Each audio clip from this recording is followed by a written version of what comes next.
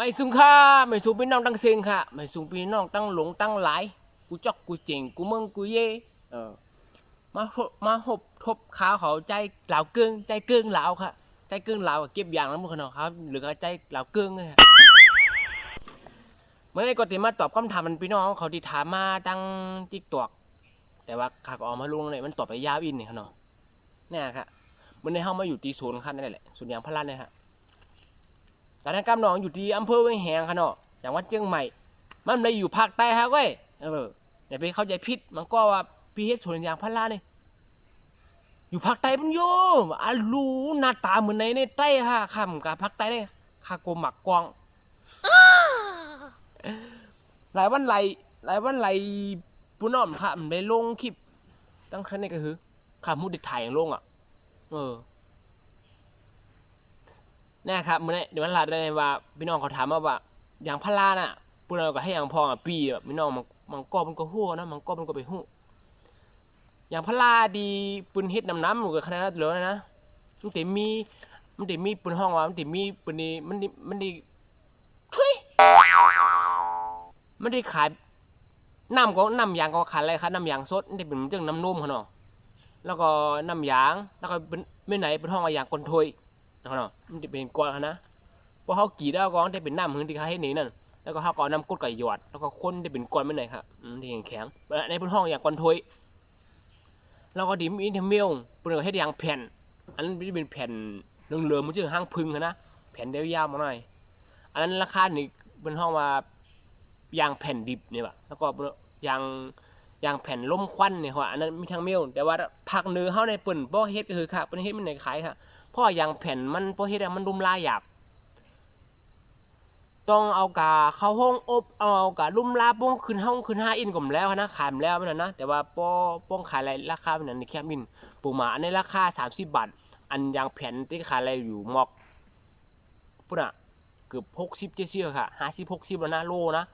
กานะครับแต่มันลุ่มลาหลับมันลุ่มลาหยาบเนาะลัดความก็ตัดขีดตัดข้อมต้องก้นไปกินข้าวก่อนไปกินข้าวด้วยว่ะแต่ว่าภาคเหนือในส่วนมากก็เป็นเฮ็ดอย่างก่อนถ้วยเนี่ยเนาะเพราะมันง่ายแล้วมันขายง่ายจ้อมเนี่ยครับเนาะเราเป็นก็ที่มีคนมาหับซื้อภาคใต้มาหับซื้อที่ก็กรุงเทพหัวมาหับซื้อเหลือละ2 ปอกนะครับเนาะในข้าวราดกะคำถามนะครับที่น้องถามว่าเป็นเอากับให้ยังอะไรนะอย่างพาราเนี่ยนำค่ะเดียวมันก็เฮ็ดหลายรองหลายเมียวเฮ็ดอย่างไรนั่นถุงมือตั้งจอมตั้งถนนเป็นห้องตั้งความแต่ห้องมาตั้งน่ะยางมาต้อยตั้งยางมาต้อยเนี่ยมึงครับนะแล้วก็ถุงมือยางรถโค้งยางรถเคืองยางรถยนต์ยางรถถีบยางรถ10 ล้อยางนะครับแม่หมดนะครับที่มันเกี่ยวกับผ้าโชตงผ้าสติกนั่นน่ะยางน่ะกระมังเนี่ยแล้วก็เฮ็ดตุ๊กตาสาวกูจะเจอนั่นน่ะที่เหมือนก้นนะที่เขาก็เฮ็ดนะไม่ต้องเข้าใจค่ะเพอไอ้กระสอบนี่ก็เป็นยางพาราค่ะมูนี่เป็นเฮ็ดมากนะก็มันก็เฮ็ดได้หลายเมี่ยวอ่ะมันได้ก็คำมาตอบปันน้องเขามันอยากนะครับบ่เฮาใครฮู้อย่างตัวเดียวโลกมันไวเฮาใครฮู้อย่างเฮาก็ถามของเขาใน Google นั่นมันออกว่านี่เฮาหมดอ่ะตั้งฮู้เฮาจำเป็นต้องกระทำอันนั้นหรอกเฮาเสิร์ชแล้วกันใน Google กันแล้วเฮาฮู้หมดอะครับบ่ใครฮู้อย่างตั้งฮู้มันอยู่ในนั้นหมดเขาตัวเดียวเนี่ยไว้น่ะ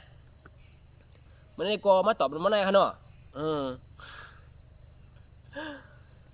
แต่ว่ามันเหม็นนะครับพี่น้องมันเหม็นปีใจครับนะนะครับใจกึ่งหลาเข้ามาครับเมื่อไหร่ที่อ่านหลายกระสอบขนาดไหนเมื่อไหร่ไปหู้ข้ามรับไปแล้วลาค่ะที่ปิดโปลิงครับผมที่ปิดโปลิงที่ลงขายเกี้ยงใหม่ครับก็พบง่ายกันที่หนองหอยเลยครับจู่บนเหตุการณ์อยู่ที่หนองหอยยกฉีแยกหนองหอยเนี่ยขนาดพี่น้องขนาดจิ้มกันเลยกุ๊ก